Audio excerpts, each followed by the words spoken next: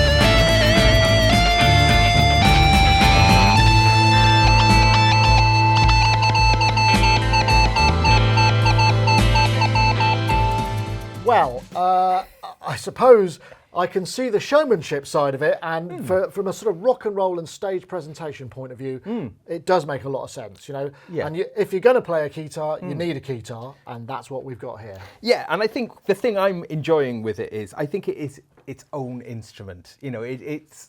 Yeah, you could say it's like wearing a keyboard strapped on, but I think really that's to give the Keytar a disservice. You know, the way that you play it, you can play it with a certain attitude that is more akin to possibly a stringed instrument.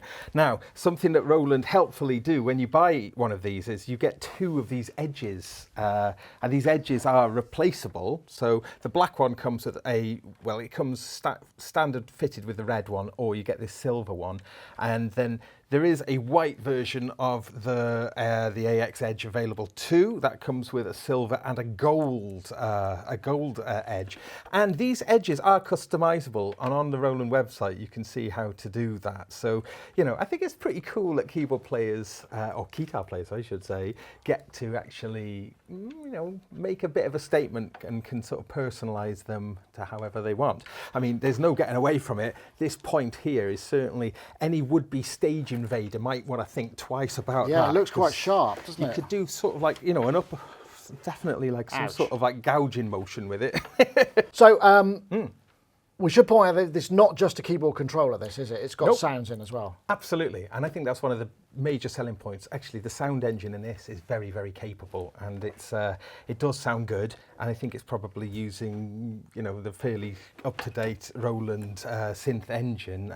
More of that in a moment when we have a look at what constitutes the sound engine. But just a quick little tour around the physical thing here. For a start, we can see it is quite big. It's 49 keys, full-size keys. These keys do have mono aftertouch as well. And this is the reverse. We've got the black key version, which is very dark. Yeah, and I think that is an important thing. You shouldn't really look at your hand, so it doesn't really matter that the keys are all black, because with it doesn't look great if you're looking down at your keys. No, it doesn't. I mean, you need to now a little bit, but by and large, I think it's about playing out at the audience. Posture, yes, absolutely. And so with that in mind, then we've got a bunch of performance controls which are arranged slightly non-intuitively at different parts of this kind of neck here. So for instance, here we've got a strip which you can sort of map to do. I mean, it will be at standard being a pitch bend, and this will at standard be like a modulation bar. But I've actually changed it on here to be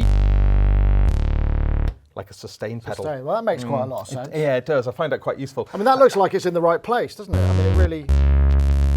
That's great. It's just that if you want to operate like this is an assignable control, which as a default is set to filter. I mean, I can do it with my little finger if I want to. You can't reach both very easily, though. So it's just, I don't really know why they didn't make them. And similarly, whilst I'm having a little bit of a complaint, these recessed buttons, they could have been maybe a little bit more, I find them actually a little bit awkward to, like the octave buttons, to kind of get in there. You know, that looks like you're pulling a guitar solo. You know, you're hitting the high notes on the neck there. Yeah, I mean, like, I wish they were recessed in here where you could kind of get to them. And around the back here, there's another three switches, you know, which again, portamento, hold, and unison. But all of these, I should mention, every button and knob in this control sort of module are all assignable. So, you know, you can choose it. And in fact, what I've done here is I've made the sustain kind of latchable rather than it being a momentary, which is kind of useful. These little, it comes with these little rubber grommet-y things as well, these foamy things which allow you to sort of maybe use your thumb control on there, which is pretty cool. And yeah, I did mention that is pressure sensitive, and I've actually put the modulation. I put the modulation on there, but I mean, again, that is a thing about it being very customizable. So these Keytar controls they're sort of quite standard Roland ones. Yes. But there's just, I mean, this is as many as you could probably fit on there, isn't it? Yeah. Right. I was slightly disappointed that there wasn't any accelerometer function built into it, which would be quite nice. I'm shocked there's no D-beam, quite frankly. Well, that's true. Because that would be, you know, like whammy bar. Actually, you know. It's one of the cases where the D-beam might actually be quite useful. But anyway, continuing our little tour, we can see there's two displays here. The main display, which when you're in Keytar mode, you can't see it at all. So that's something to bear in mind. But you do notice that this, which tells you what patch you're on, that's quite useful, is scooped at an angle. So it's actually quite easy to see when you're playing it. You know, you glance down, you can see it. But this, forget about it. You can't really see it whilst you're in playing position. And then if we were to sort of like look across here, we've got a bunch of shortcut keys that either go to, if you've got favorites turned on, that's your favorite selection, or it goes into the categories, you know, like a lead, bass, pad, poly, brass keys. Is there a quick way to program change once you're in a category? Can you assign any of these to do quick program? Program change, yes, you can do it here as a default. You can step up and down through it here. And helpfully as well, when you're in the favorite mode, if we look at this little display here, when we're not in favorite, it just goes up. And we're talking about, there's something like 320 patches in here. If we're in favorite mode, though, we can see, look, it changes, and then it steps up and down through your favorites with a 0 indicating we're in bank 0. So yeah, I mean, there's nothing.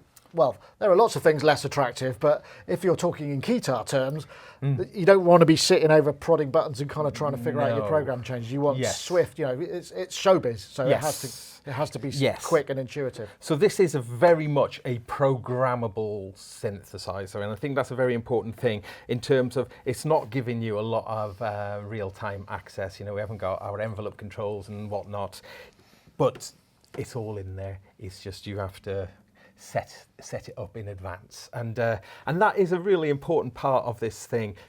If you want to get the most out of it, I'm afraid you're going to have to get your hands dirty and delve in, and helpfully there is an editor, although as we'll see in a bit, it's not the prettiest editor. So some more stuff about connectivity, because this is running on batteries, presumably. It's running on 8 AA batteries. Right. You have to use nickel metal hydride batteries, because if you put alkaline batteries in, it won't work. They have to be the rechargeable nickel metal hydride type.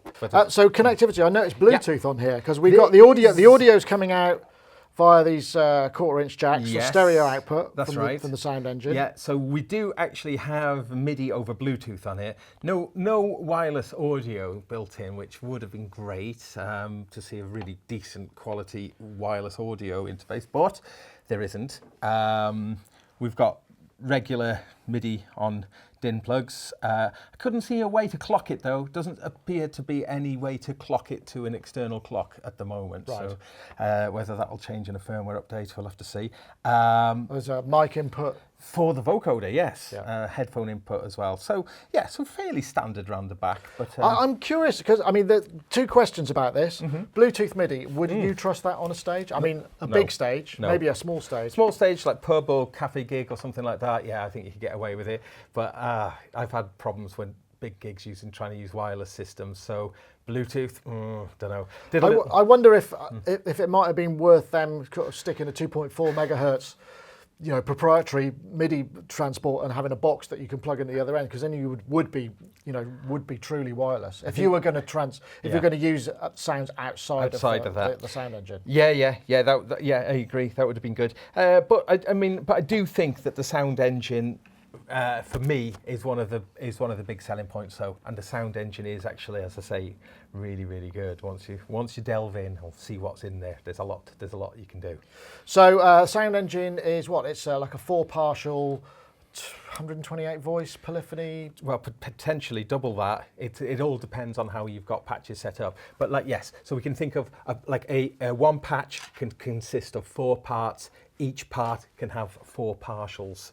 And when you bear in mind that like a single part being made up of 4 partials can be a very complex patch in its own right. Once you combine 4 of them together and maybe have them either layered or sort of So I wonder if the 256 note polyphony is 256 partials at a time. I mean, to be fair, you're not going to be playing Rachmaninoff on this very often, I'd imagine. But you might want to layer and split and whatnot, which you can do. And that does bring in a certain point that if you're trying to do two-handed operation, I've got it reasonably low here, which I find quite comfortable from a sort of playing point of view. But the left-hand angle feels really uncomfortable. But what I realised was all you need to do is put your foot on a monitor, and then it lifts it up. Then you could be really rock and roll. You could be really rock and roll, but it sort of makes it a lot easier to do two-handed. But speaking about that technique, though, I mean, I was in that little demonstration. I was doing things like this, wasn't I, with a harp, and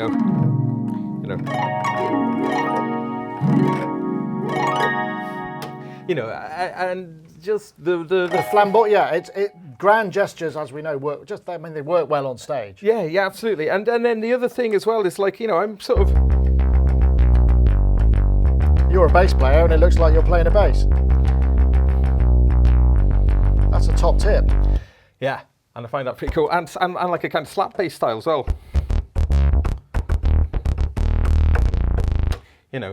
So like different techniques that I'm kind of comfortable with from a bass player point of view actually translates surprisingly well, and I wasn't expecting that. So that's pretty cool. And of course, using this as a sustain. Ah, I see. So you can. Yeah. Mate, yeah, I see how that would translate. Acts a bit like a mute, for sort of that kind of rhythm thing. Well, because quite often, bass players will have a little monosynth to play certain sounds during a set. We're talking sort of larger setups. So strapping that on. I mean, this is the other thing. I mean, you've used this, or it's been used in a gig. So, how does the audience respond? The audience just go wild for it. They love it. They all, yay! So, I mean, if you're feeling like, ooh, is it cool enough? The audience will love you for it. It's an interesting thing because I always remember when I was doing sound for bands, and I'd quite often do sound for a band who were just starting their journey sort of live, and you just say, look, you have to think cheese, put your hands in the air. How's everybody doing tonight? That sort of stuff. It's the language of performance. I mean, you can go too far, obviously, but one can. Oh, right. So I think it's quite important to think in those terms. So we should probably have a look at the synth engine, and there's an editor for that, right? There is an editor for it. It's on iOS and Android only, so there doesn't appear to be a desktop editor for it. And as we'll see, the editor is fairly horrible. One thing we forgot was the vocoder. So we plugged in the dynamic mic,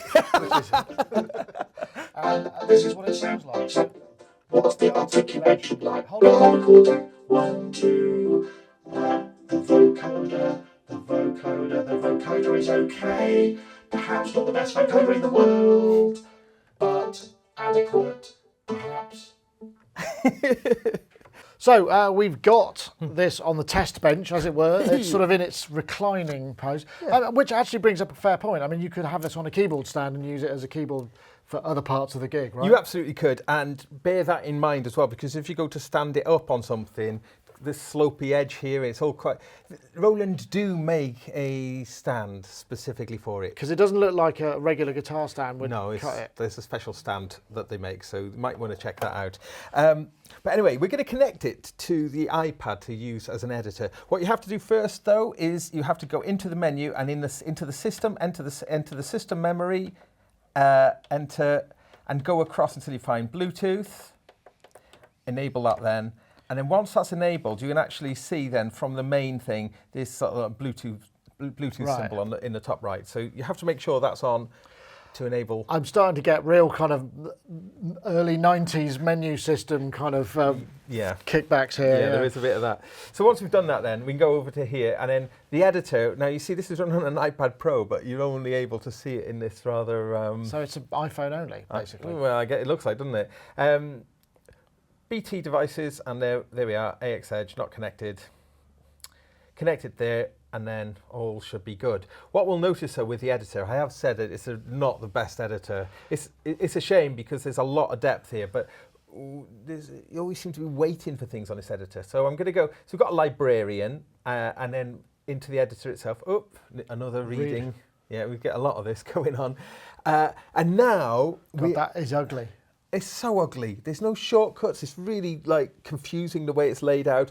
But once you've figured it out, it will get the job done. Although I do find that sometimes editing on board gets you places kind of quicker. Yeah. Something to bear in mind is the editing, you can only get so far on the device itself. And we'll show what exactly that is now by looking at the editor on the screen here.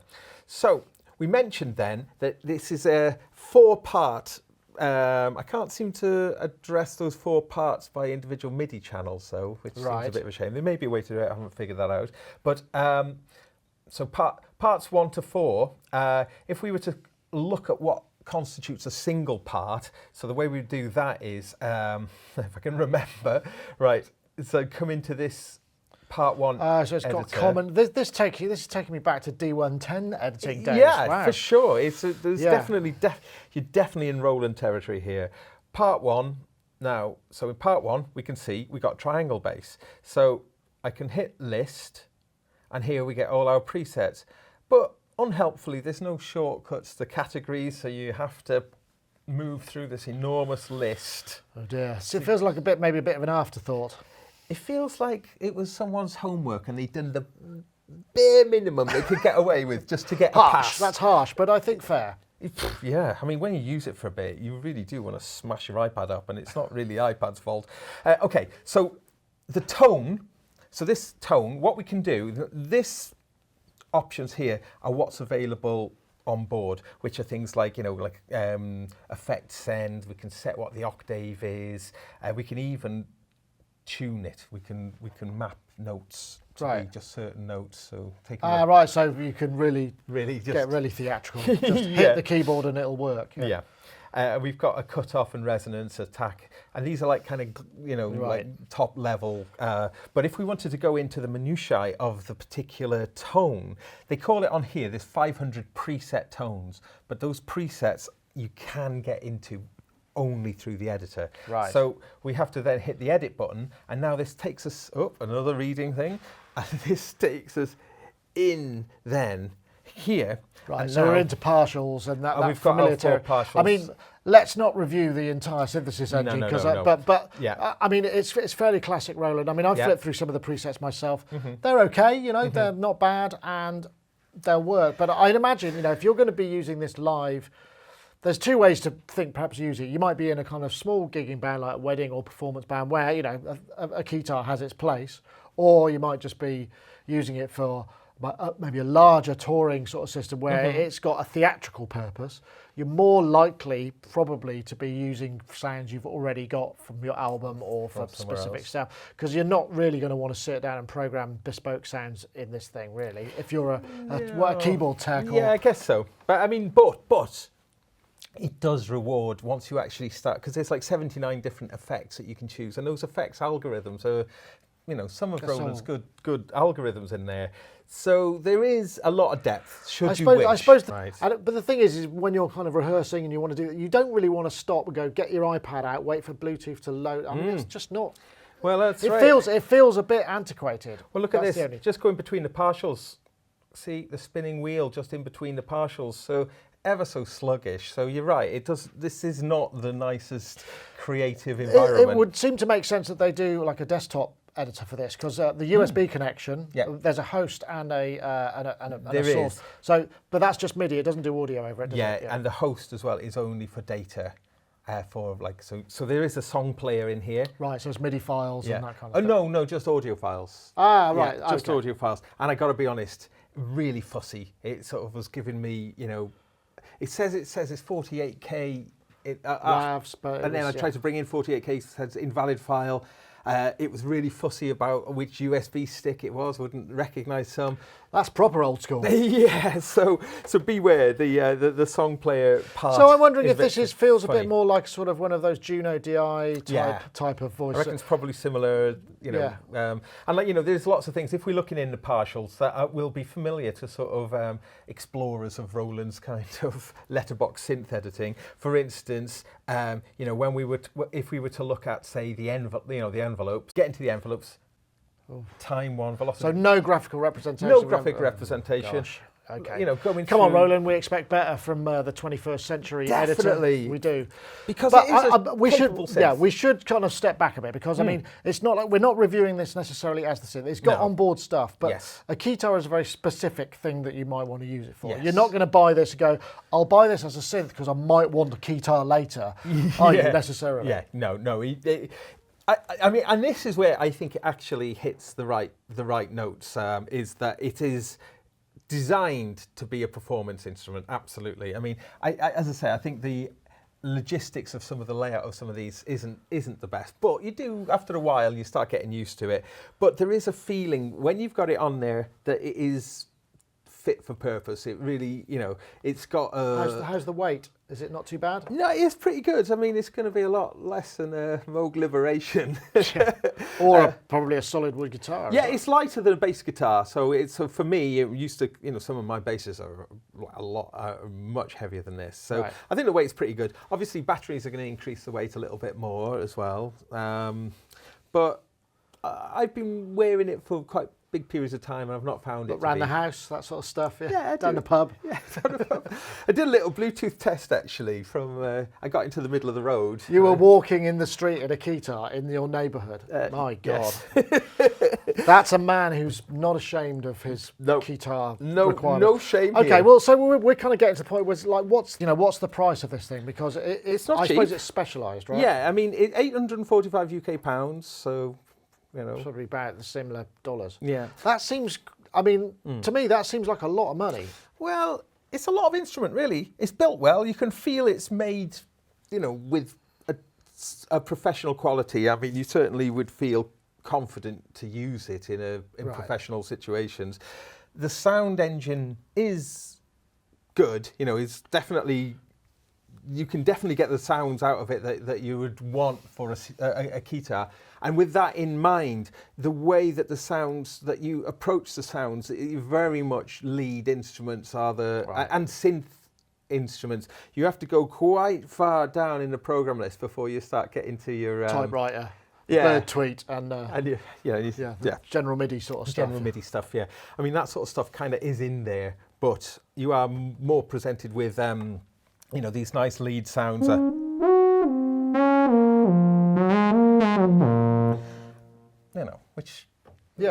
Which are going to appeal to some people, maybe others. But when you start, I suppose the thing for me is it's got a load of presets in there. If you're not getting into the editing, then you're kind of being presented with what Roland think a Keytar player sound should be, and I Yes. think that's never a good thing. No.